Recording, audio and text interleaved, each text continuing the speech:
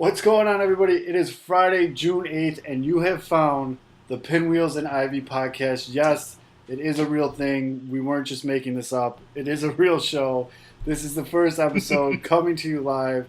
We're so very excited about this. We have some huge things planned down the road, and we can't wait to share them all with you.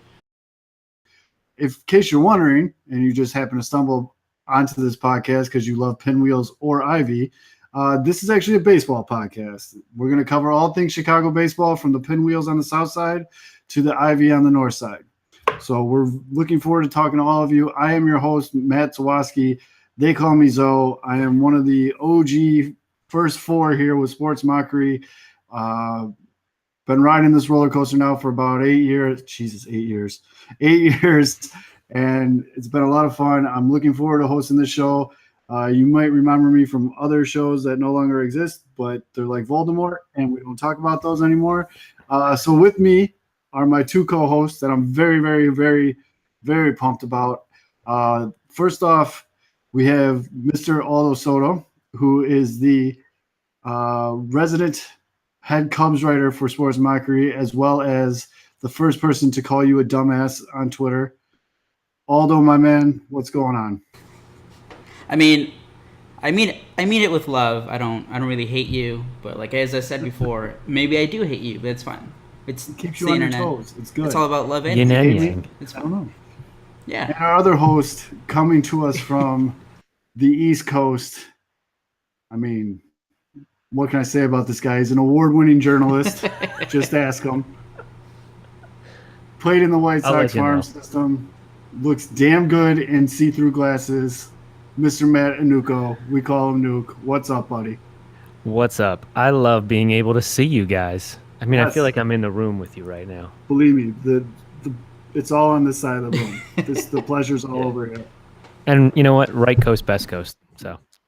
Ooh, East Coast bias already. Anyways, we have a great show for you today. To kick off the show, we're going to talk about the Major League Baseball draft.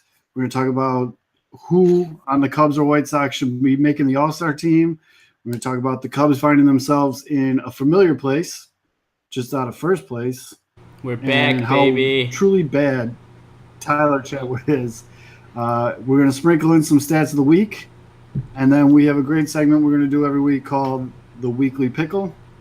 We're going to close it out with our closing thoughts, and then we're going to end every episode with a little bit of baseball porn. Gonna get very sensual up in here. Mm-hmm. So with all that being said, after months of preparation, we've earned this beer, boys. Let's tap this keg. All right, well, this show is brought to you by the mothership, Sports Mockery. Go make sure you're going to sportsmockery.com. You can read all the great articles by Aldo, Nuke, and a ton of other very talented writers. Sportsmockery.com. Go download the app and enable push notifications. You will be that guy that everyone hates because they'll be like, oh, did you see this? And you'll be like, yeah, dude, I saw that like 20 minutes ago. So be that guy. Download the Sports Mockery app, sportsmockery.com. Follow them on Twitter at Sports Mockery. Follow us on Twitter at Pinwheels Ivy Pod.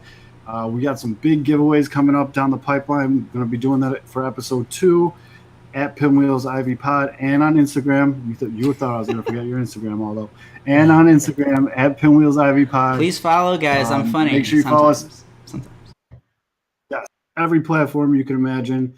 And apparently we're doing video now too. And I promise I'm going to wear a shirt that the buttons didn't fall off next week. Or I'm glad I remembered because I was about to go shirtless, and nobody wants to see that. Appreciate that. I thought about that too. I was like, should I look like I'm in my pajamas or Maybe we'll do a pajama sloppy episode. neck? This is a professional operation, guys. Bless it. All right, so let's dive into the news. Big news this week was the Major League Baseball. Now this is there's 2 different drafts, correct? There are a few. Well, there's the Rule 4 draft, which is the one we had this week. That's the amateur draft, and there's a Rule 5 draft. That's what I was looking for. So this was the amateur draft. The big news out of the draft, the White Sox had a top pick. They went with arguably best player available. Not arguably. Oh, okay. Fair enough. I'm going to pronounce his name wrong. a million Oh, times. jeez. So get ready for that. Just think of Narcos. No offense. It's wait, Nuke, say it for me one time, and I'll never forget it. Madrigal. Madrigal. I'm gonna call him Madrigal. I'm Madrigal. gonna call him Madrigal. Or Magical. Anyways. Ooh! Did we just invent a I shirt? think we did. We just invented magical. Second baseman out of Oregon State.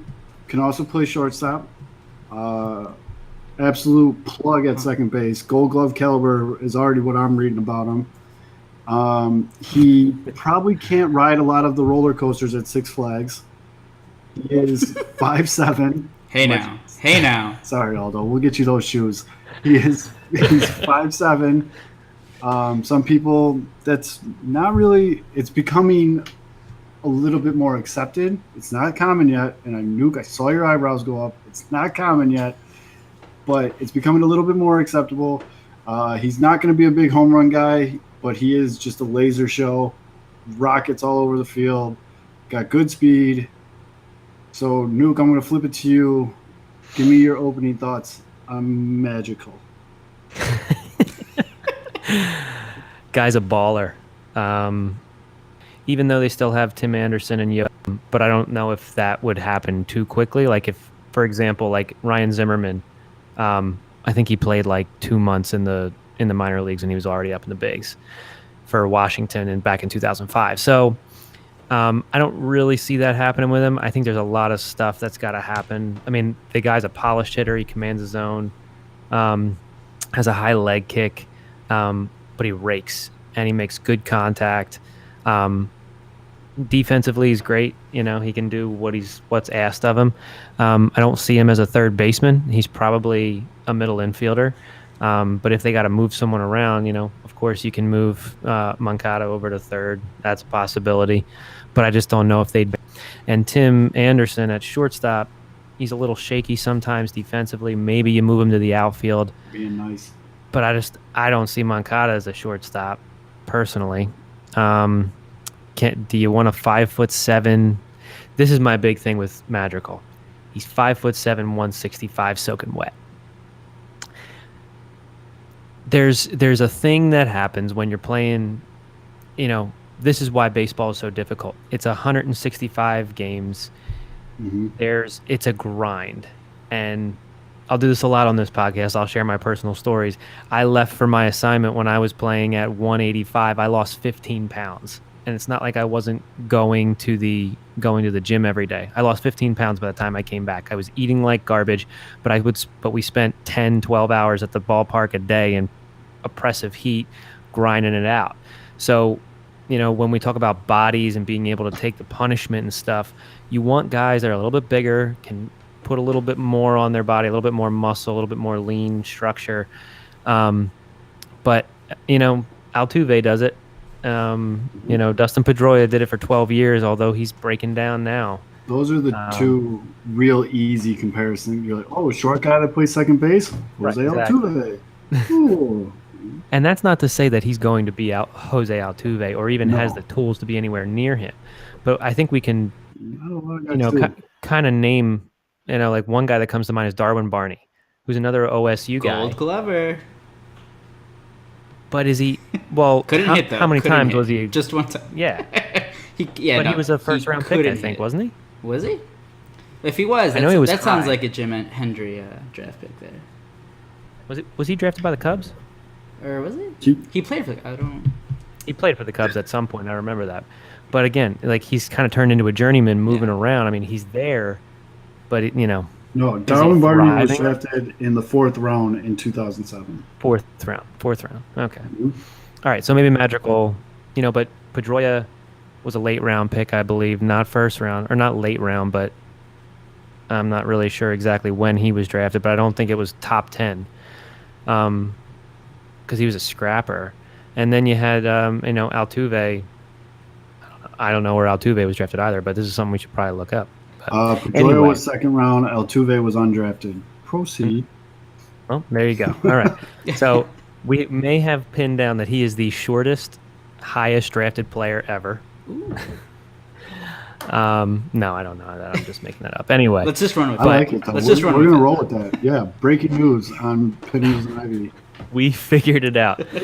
Listen, the kid's a player. It's just that I've seen being around the game so much that works against you. Size works against you because you can't teach it. It's just surprising to see him go so high with that size. But then you got to believe, they really did their due diligence and their homework, and they know that the guy's a player. I have a question. I have a question for you guys. Hold on. Hold So, was there really panic with White Sox fans when they drafted him? They're like, "Oh no, Dude. Moncada! Legit. They lost faith in Moncada." What was that? Legit. The Twitter replies to the official White Sox account when they announced this draft pick.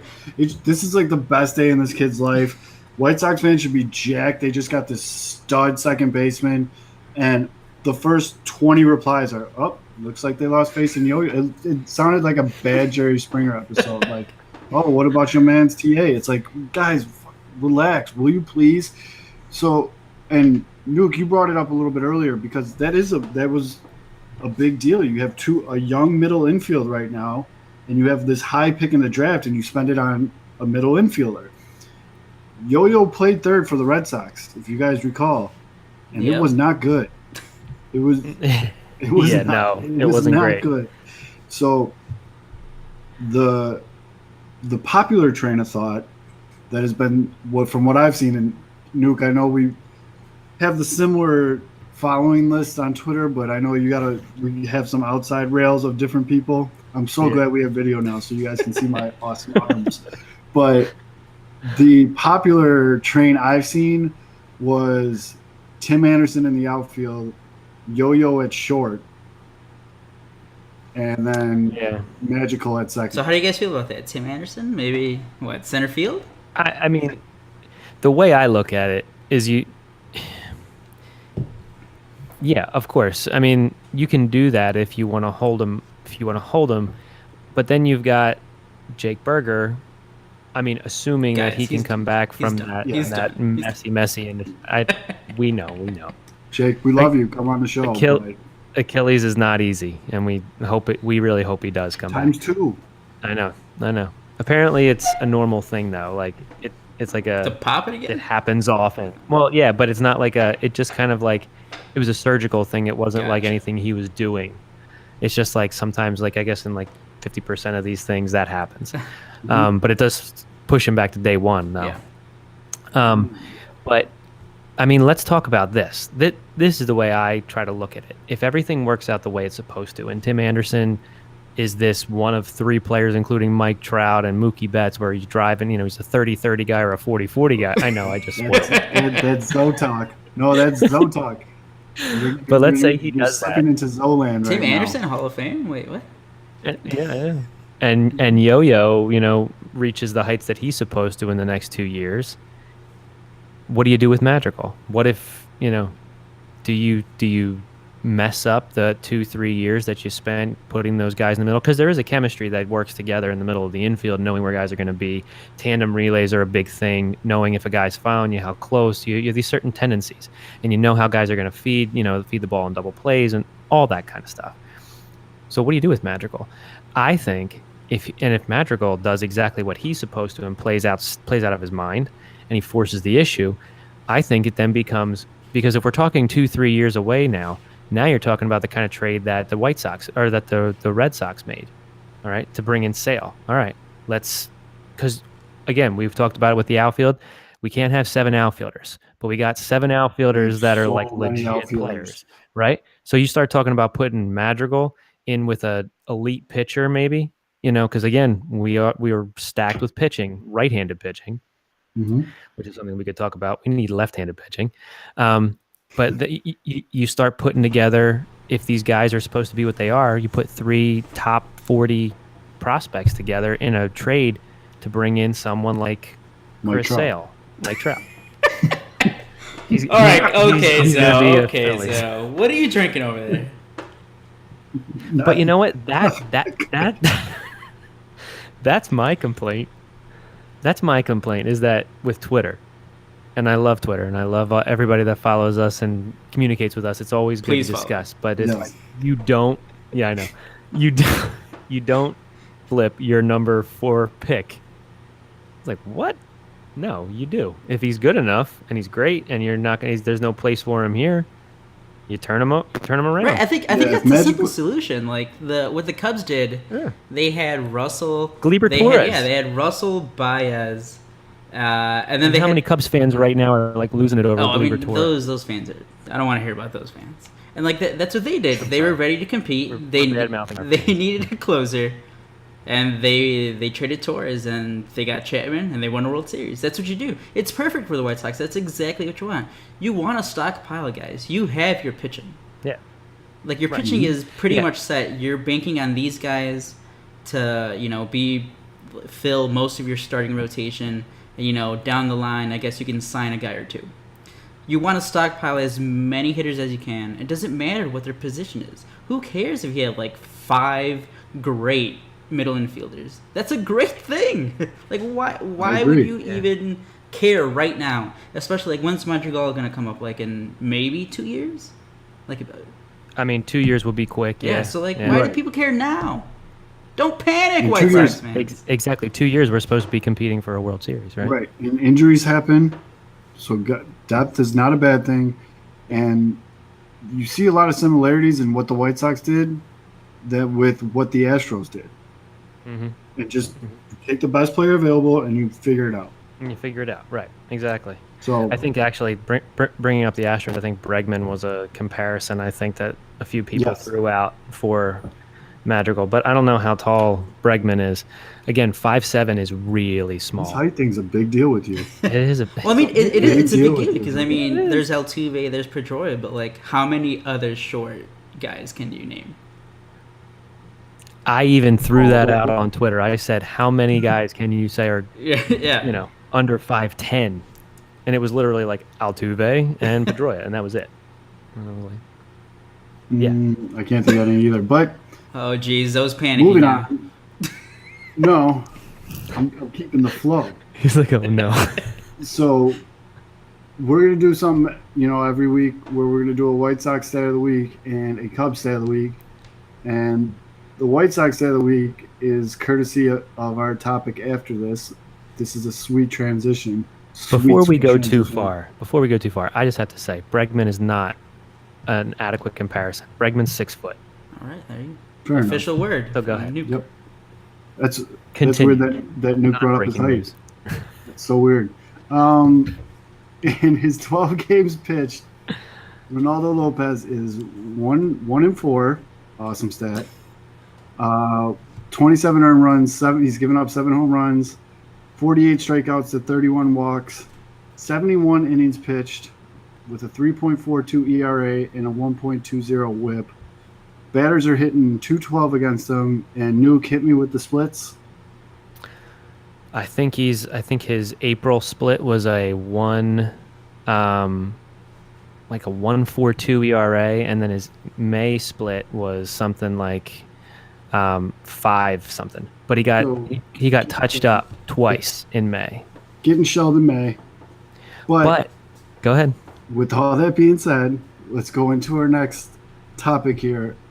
Who on the White Sox and who on the Cubs, in your opinion, should make the All-Star team? Nuke, why convince me that Ronaldo Lopez should be an All-Star? Ooh.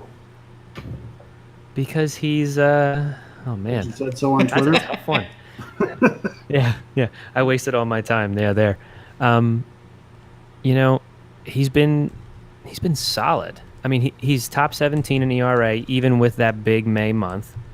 Of course, you get Verlander and usual the other guy. suspects. Yeah, are just out of this world, nuts, crazy good. But he goes as an indicator of success. But when you throw out that 1.2 WHIP, walks, hits plus innings pitched, so that's the frequency that people get on base with him, and his low ERA. I mean, he's holding people.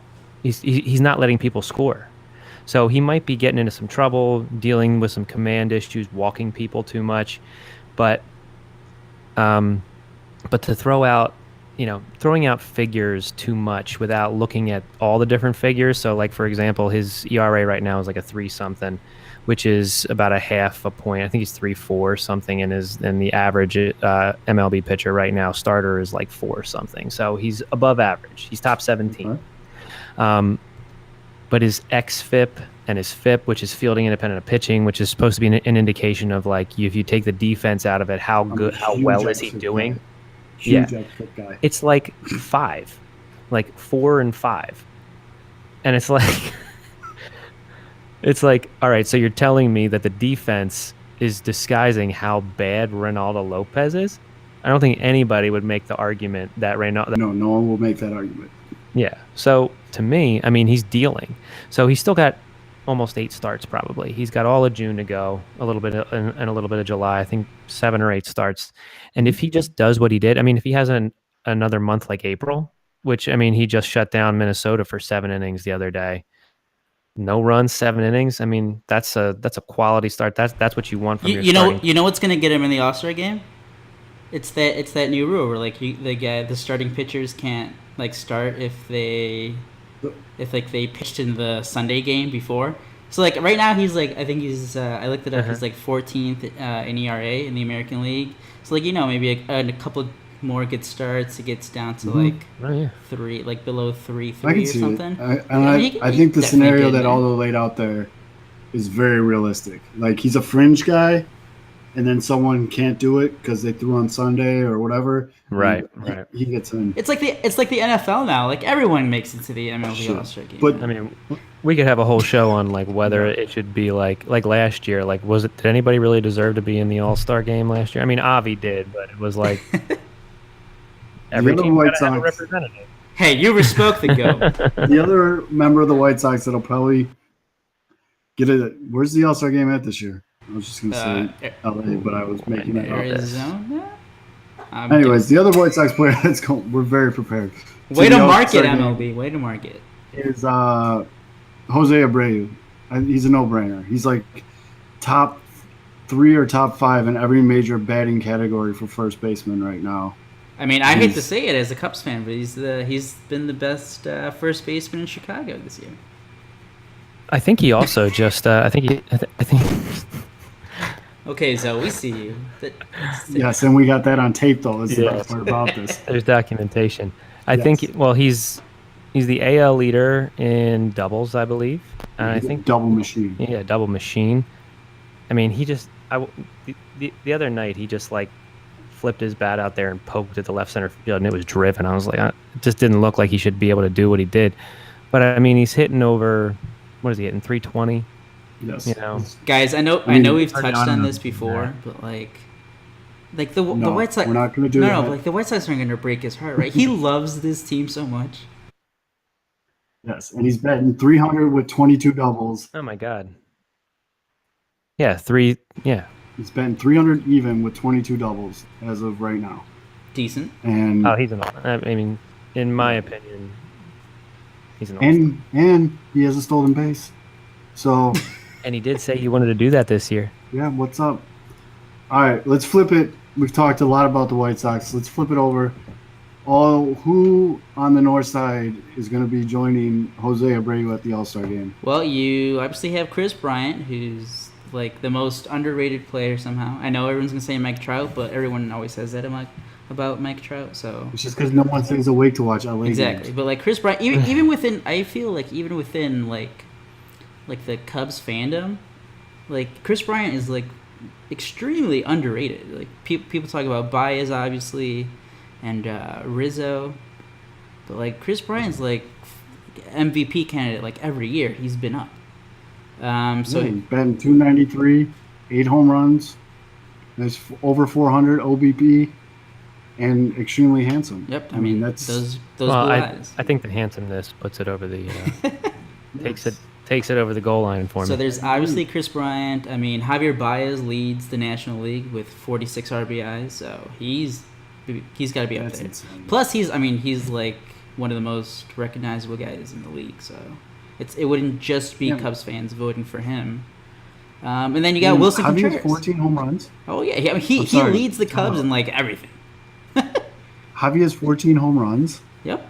Yeah. Power, baby, power. So this Hey, is swing hard in case you hit every it. episode. I mean, he has like Yes. a 280 on base percentage, but yeah.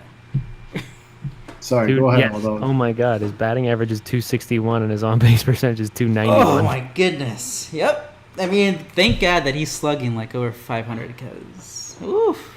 But yeah, I mean, He's 7-1. so there's Bryant, Baez, I mean, and Wilson Contreras. He's just solid offensive numbers and pretty good in defense. Like, can't really frame pitches, but he does everything else really good. So he definitely will be up there in the voting for the NL. And then, is there any pitchers you see coming? I mean, or- John know Lester. pitching hasn't I said this a couple days ago after his start in New York, but like I was so, and I'm glad I'm wrong. I was so wrong about John Lester because last year he was awful.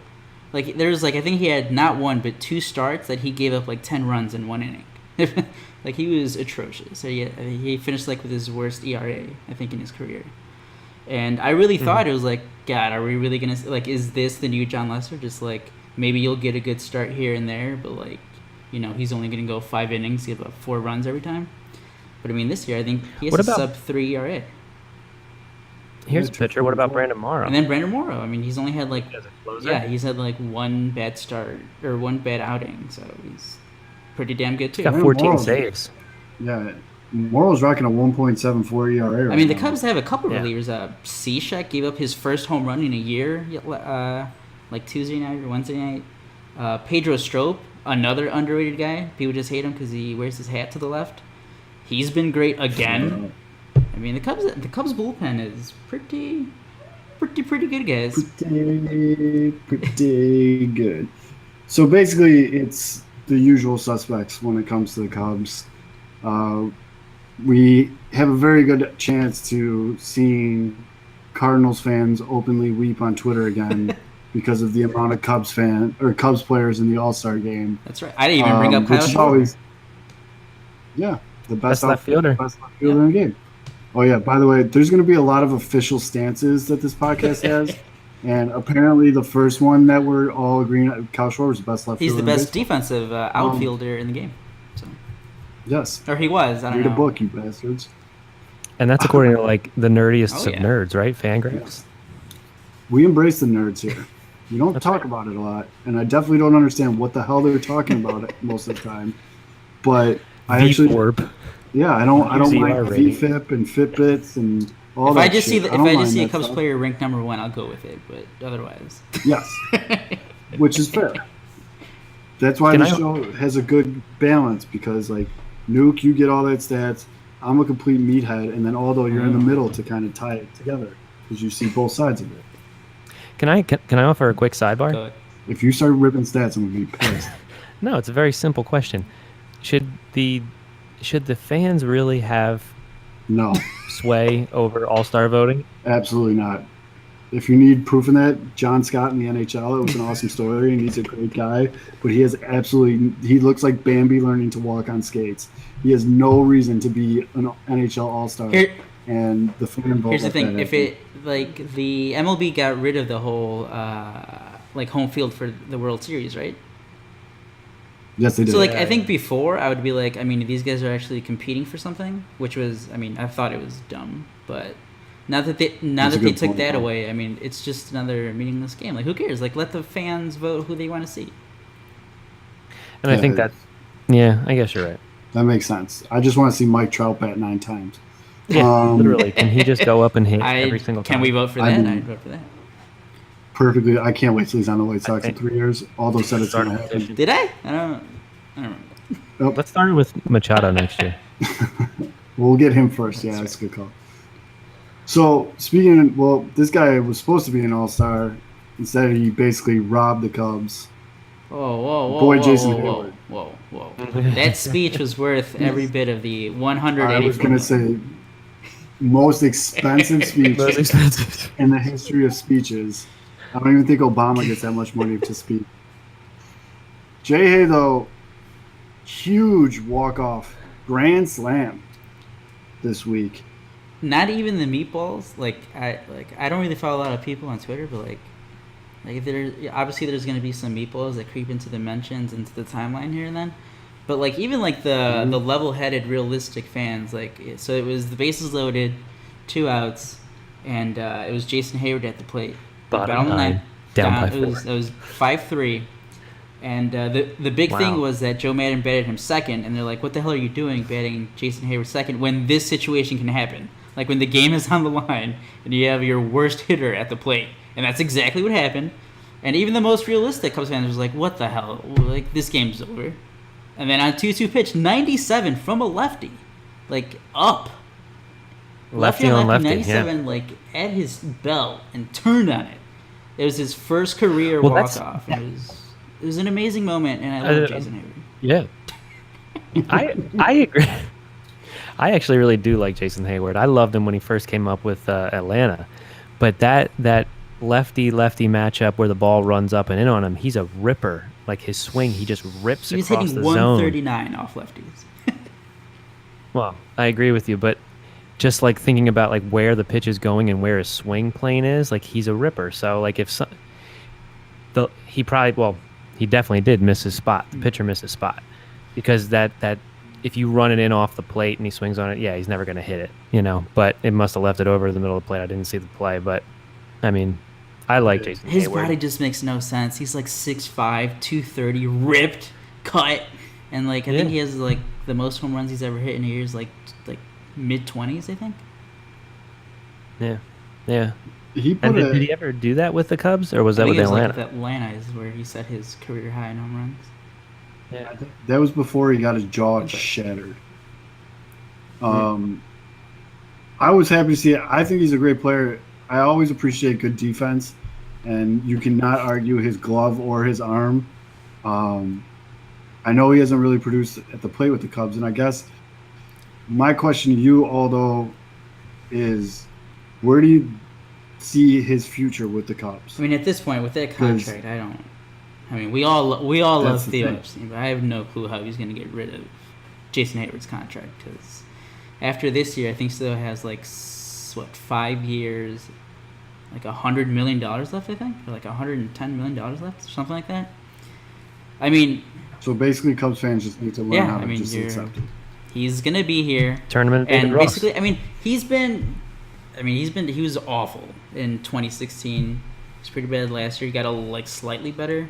This year is there's that. Okay, I'll go a nerd stat with you guys here. There's the win runs created plus stat, and I guess the average is 100, and I think he's at look it up, Zoe, and I think Hayward's like at. Oh, no. I think Heyward is at 98. So he's slightly below the average. So I mean, but years before he was in the 80s. So is that an offensive stat? And I think the Cubs have 11 or 9 of their 11 regular guys, because they play a lot of guys. They qualify for the minimum at bats or whatever. And the 2 lowest guys are Addison Russell and Jason Heyward, but you'll take that trade-off because they both play elite defense. So, right, exactly. But at this point, you just have to.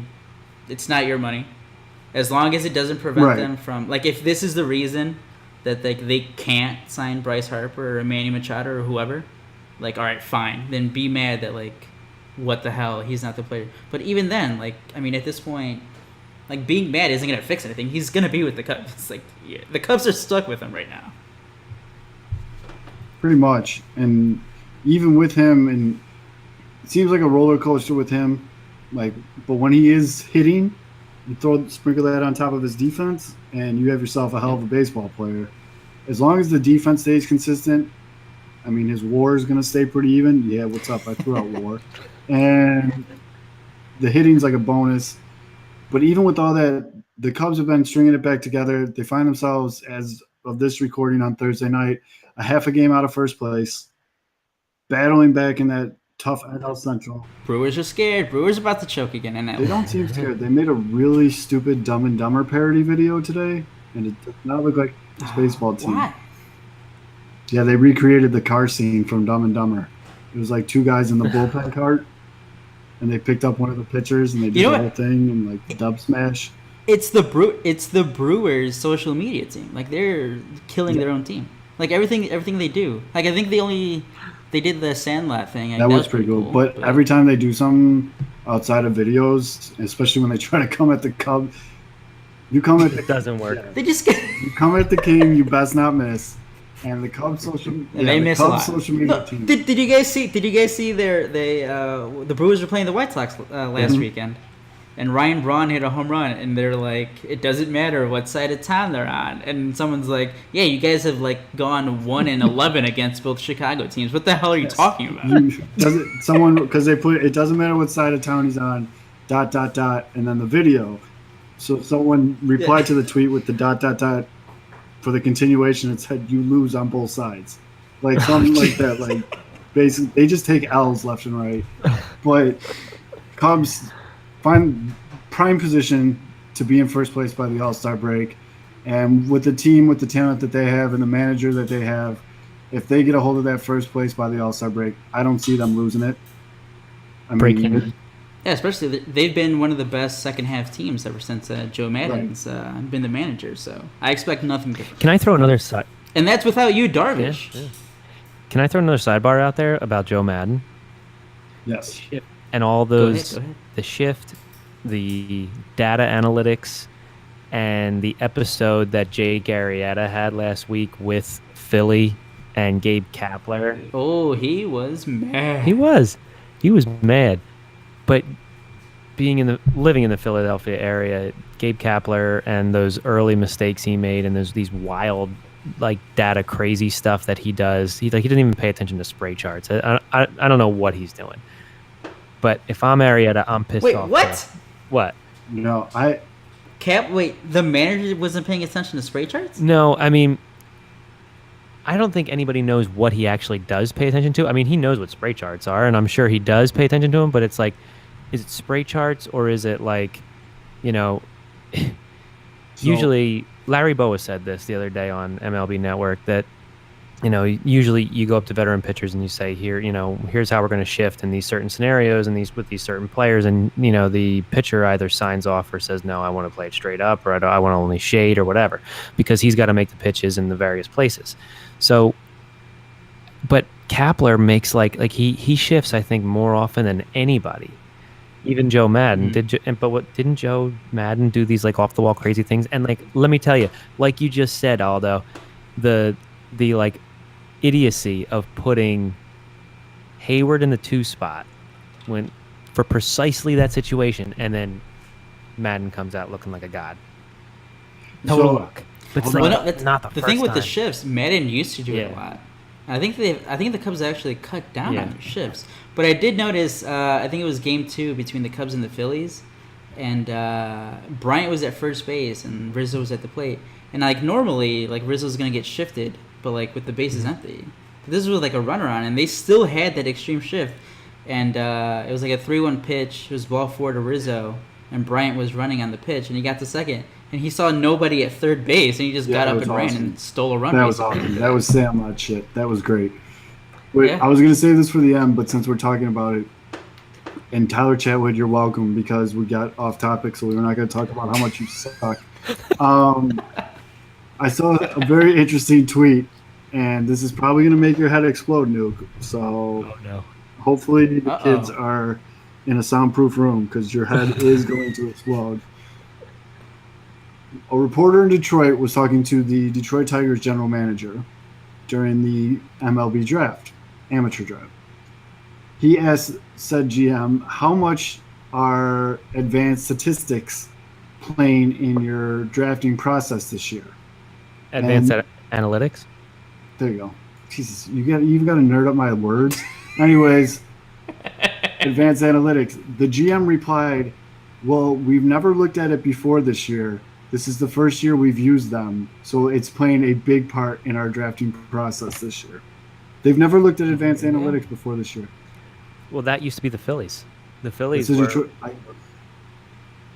just blew my mind. Yeah, I had no words. Just never looked at them before. What are these? What are these silly numbers? Look at all this paper. Not involved in baseball. No, I mean, but that's always been the claim against baseball, and it still is the claim against baseball. Is like it's a bunch of old farts, that don't want to change anything. But the Phillies were that. They're that's why they hired this young, data-driven guy and Matt Klentak to be the GM. Anyway, I think it's swinging. You know what? I mean, general statement on baseball. We've talked about this before with the whole launch angle thing and, getting into like super sabermetrics and that data analytics and like really way deep into it.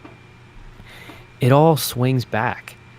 When we were talking, like at the end of last year, launch angle was a big idea. Get on playing with the ball. You see a lot of hitters with low hand loads and dragging the bat through the zone, whipping it through a little bit and getting on plane. What do pitchers do? Now it's the high fastball and carry. So, but that's like that's an old thing, So once hitters decide that, hey, I'm going to go up, high and try and hit that high ball, they're going to go back down lower in the zone. The shifts, we're seeing a lot more bunting.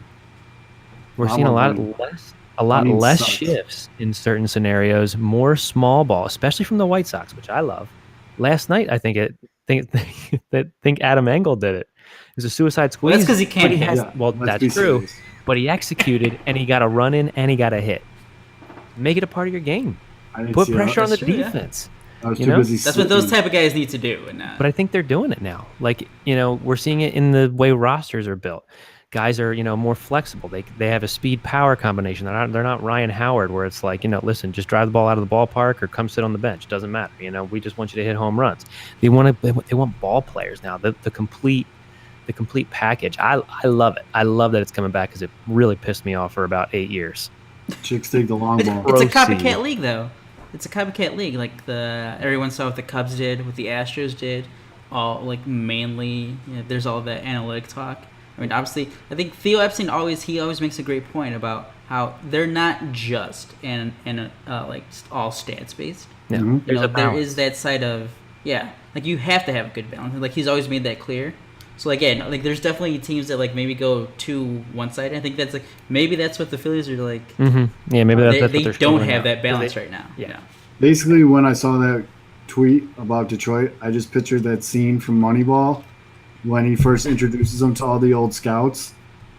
Yeah, that's pretty much how I pictured Detroit's draft room before this draft. And and let me just I'll close it out with this. But, like I like thinking about like guys that know baseball, people like players and coaches, all these stats and things, it's just a way to quantify what many of these guys already knew and already know. So it's like, in certain scenarios, like you understand the game, what's happening, and in your mind, you're feeling it out and you're understanding, okay, this guy, it was things that were just mentally understood by being around the game. Now you have numbers. So what do you need baseball lifers for anymore? You can just plug Zoe in a dugout, give him a bunch of data, and say go. And a nerd to translate. And I'll be stud. So, again, shout out Tyler Chatwood. We kind of got off topic, but you suck. And you walk everyone. That's the Cubs stat of the week, is Tyler Chatwood walks everyone. Let me get to it, because it is freaking ridiculous. I just dropped a freaking. That's how mad I am. He's pretty darn mad. We are not explicit. He walked 7 more guys on Thursday, guys. He pitched 4 2/3 innings. Entering the game, he was walking 8.22 guys per 9 innings. That went up to 8.64. He is well on his way to shatter the Cubs all-time record for walks per 9 innings. I mean, this guy. He walked a lot of guys when he was with the Rockies, but it wasn't this bad. He's like doubled his walk ratio. I have no clue what the hell is wrong with him. What?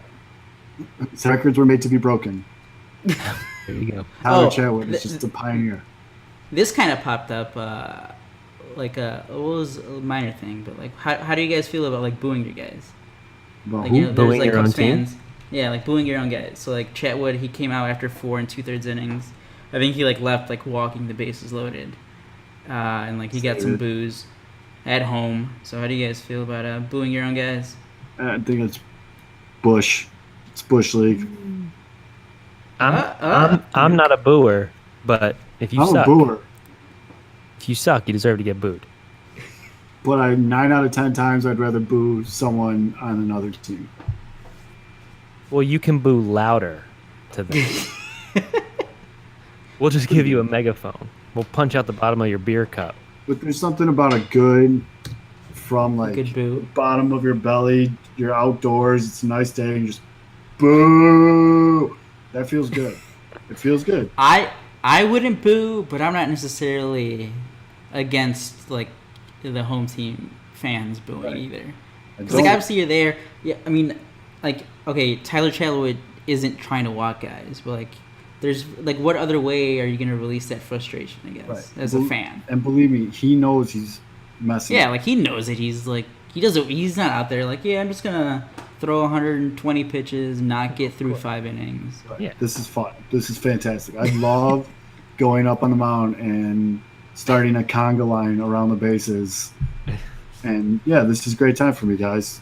Thanks for noticing. Into the dugout and gives like, fives. And like he's been a pretty stand up guy about it. He's hasn't really made any excuses. Like he knows. Like I'm screwing up here. Like, well, when you're walking the world, like I can't blame I don't know. else. I don't get how like what are the mechanics? Getting Aldo worked up. I just don't. It's so frustrating. His ERA is below. It's like 3.8 something. But like does he have the yips? Like a pitcher yips? No, I don't know. It's something. He has too much movement on his pitches. The yips is Ankiel. You throw it off the backstop. Yeah, that he's not. Maybe he just needs glasses. He needs to go Ricky Vaughn. Just get glasses. I don't know. I think we just solved it. We'll send the invoice. Chicago Cubs. We just solved your pitching problem. Nuke, send him over your glasses. Yes. You gotta put the tape in the middle. I'm blind. Skull and crossbones. and you gotta reposition them like he needs to get the haircut too. He needs to get the Ricky Vaughn haircut. But see, to me, Chatwood is a prime example of a guy that Joe Madden. He'll come out of the AllStar break and he'll just be a stud. Probably like Jason or like John Legge last year sucked. And then all of a sudden was like great in July and August. They'll figure something out with him. They'll tweak something, and all of a sudden, this is the stuff that Madden does. I hope so, because that bullpen is getting drained, and it's only June.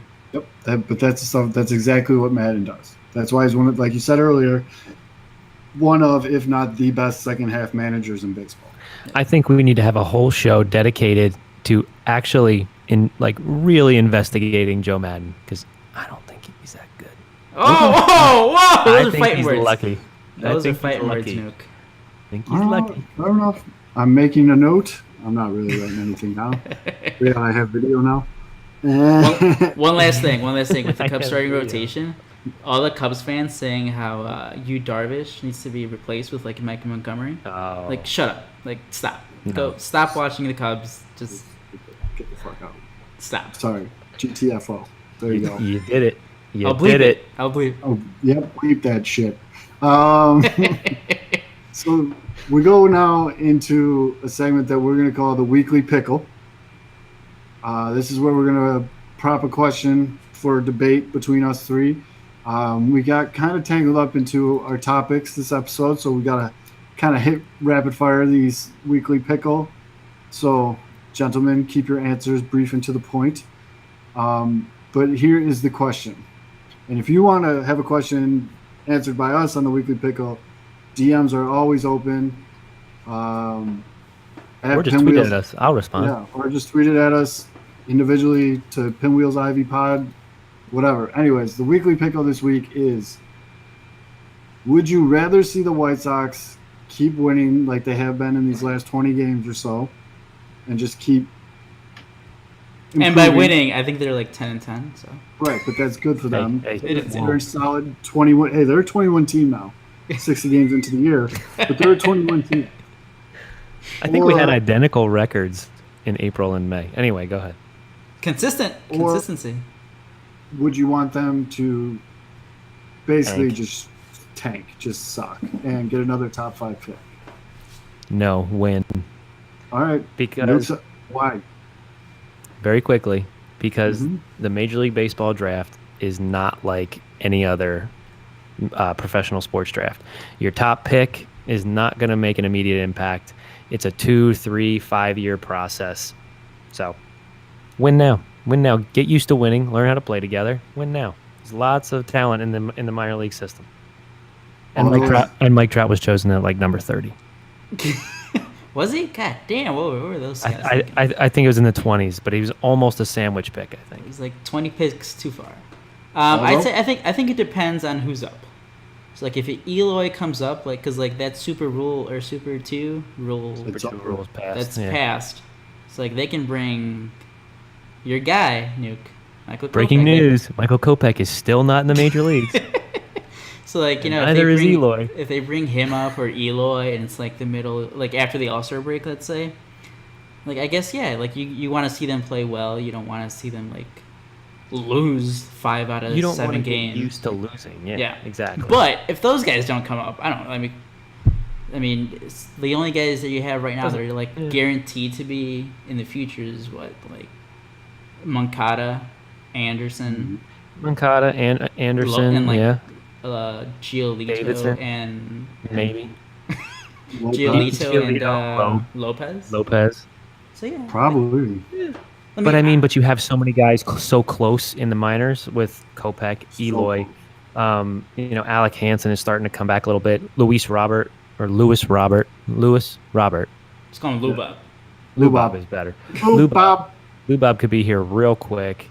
That being said, though, Cease is throwing well. That being said, though, they are going to win more because they're going to get Rodon up soon, so that should fix the rotation troubles. And I've been saying this for a while. They're going to go on a tear. It may not be sustainable, but I would not be surprised if they went on like a 20-10 tear.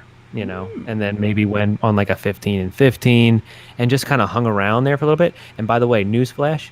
White Sox are not in last place right now in the AL Central. Is the Royals? I'm fact checking the shit out of that. Hold on. Royals are in last place. By the way, if the White Sox go like 20-10, they're going to be like 2 games out of first place because the AL Central is still garbage. The AL Central is a disaster. The White Sox, as of this recording, are in last place. Wow. Fake news. Kansas City is 21-41. But so that means their win percentage is 339 to the White Sox 333. Ooh. What are you on? Hmm. How much time you got? I'm on. Chicago White Sox are 20-39, and the Kansas City. No, they're 20-40. Oh, they lost today. They lost today. Breaking news: White Sox lost 7 hours ago. Breaking news: White Sox are back in last place. So damn. To give my answer here, I'm with you guys. If they start bringing the kids up, like I think they will, you want to establish a winning vibe, and also, Nuke, I'm sure you could attest to this. Baseball is a lot of mental. It's a lot of confidence. You want these kids up, ripping right away. And, I want them to just, like, the draft. Yeah. To your other point. You're still going to have a first-round pick, and you can't trade it away. Yeah. To your other point, the farm's loaded. The farm is beyond loaded right now. I mean, obviously, depth is always good, but now I think it's time to slowly start flipping the switch. Like, let's. Yeah. Plus, it would make sense to get like another top infielder when they're going to sign Manny. So. Right. Plus, I'm about to buy. They're going to trade Madrigal for Trout. That's right. So. Can't forget that. So. That's the Weekly Pickle. Make sure you're tweeting us at Pinwheels Ivy Pod or send us a DM if you're shy. No nudes, please. Not yet. We're still a new show. But send that our way. We'll answer it on the show. Give your Twitter handle a shout out. Before we finish up here with our closing thoughts, again, new show. Appreciate all the support. We're going to have a big giveaway starting next week because we are not above bribing people for subscriptions and rating and reviews. Maybe a signed jersey? Make sure. Ooh, what a tease. I think we have a signed bat, don't we? Ooh, something. We got signed bat, signed jerseys, tickets. Like Aldo said, we could probably get you a whole row at a White Sox game. It's going to get weird. But we really appreciate it. We really just want to have fun with this show. As you can tell, we love talking about baseball. amongst pretty much everything else. If you want to talk about Randy Savage for a while, I can do that. We got a lot of things we could talk about. Oh man, he was a good baseball player, actually. But I'm very excited to what the future has to bring. Couldn't ask for two better guys to host the show with. So make sure you're paying attention. So with that being said, bring in the closer, I think we're going to call this. The White Sox bullpen is not as bad as you think anymore. They are actually, the White Sox relievers have a 3.16 ERA, and that is the, let me see here, 5th lowest in the AL and 9th in MLB. I didn't realize they were top 5. What? Okay. Mm-hmm. But trade Nate Jones. How did this happen? Who's in there now? Well, they just sent Bummer down today. They brought up Xavier Cedeno. Luis Avalon and Joakim Soria have been really good recently. Bruce Rodon has been great. Or Rondon, not Rodon. Rondon has been really good. And Chris Beck. And then Volstad's in there just to be like, mop up. But he does a good job at that. And he has a lot of opportunities to mop up. So White Sox that's my bullpen. closing thought. Shady good. White Sox bullpen. Top 5 in the league. Aldo, you got anything yet? Thank you, Jason Heyward. If you're listening, I know you are. First of all, you're invited onto the show, and also, I appreciate you, Jason. So that's from the bottom of my heart. Got a friend in me.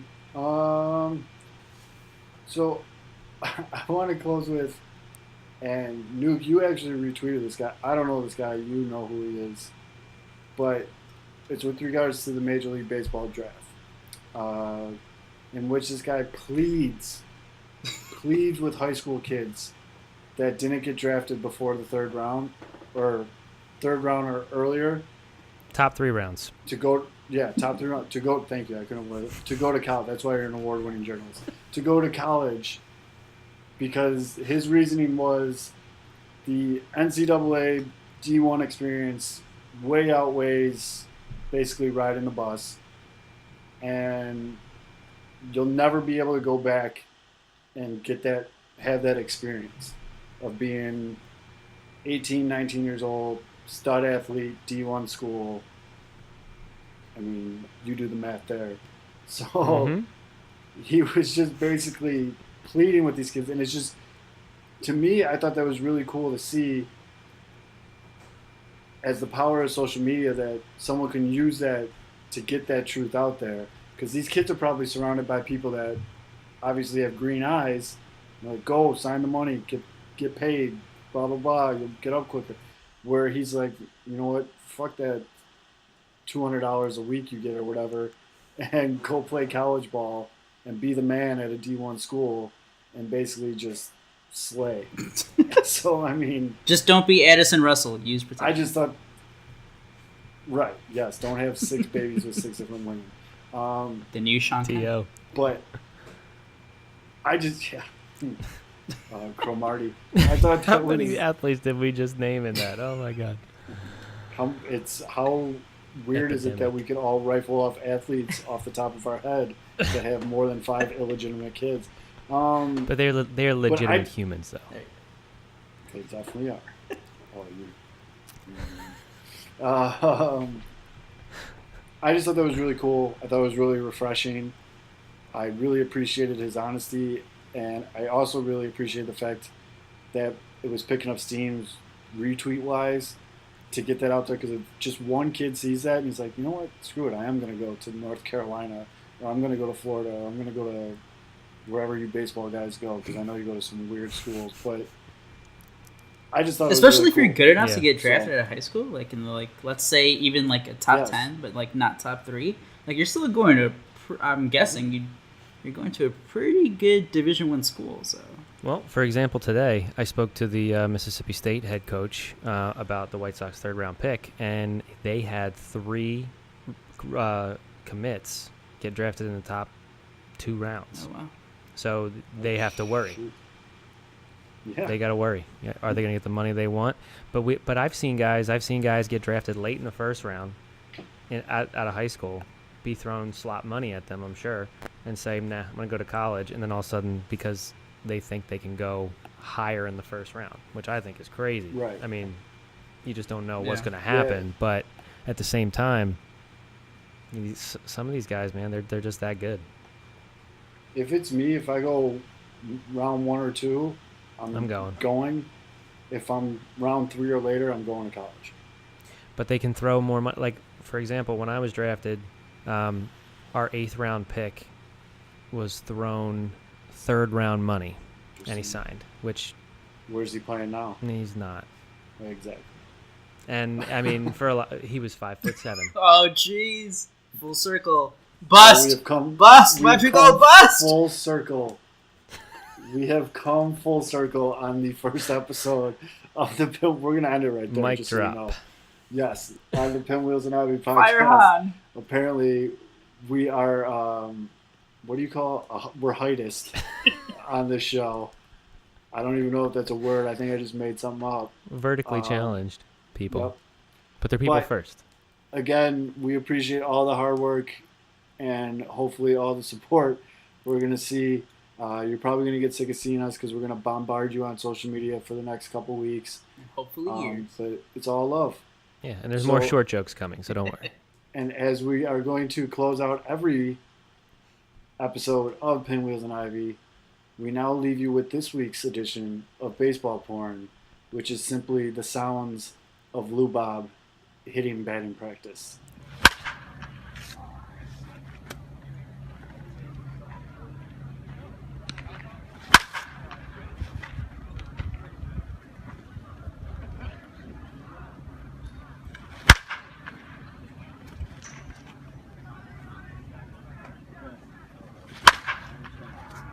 For Matt and Nuko, they call him Nuke, Aldo Soto. I'm Matt Sawaski, otherwise known as Zoe. This is the Pinwheels and Ivy Podcast. We'll see you next week.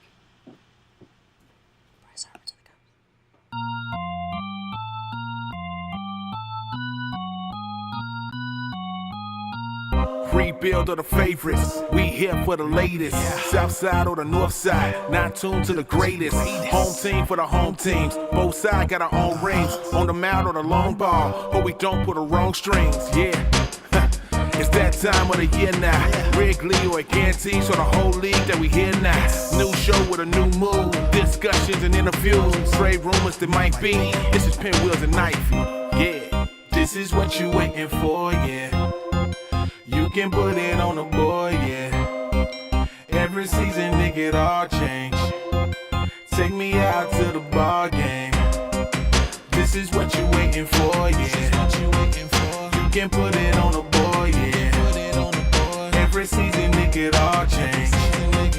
Take me out to the ball game. This is what you waiting for, yeah. You can put it on the board, yeah. Every season, nigga, it all change.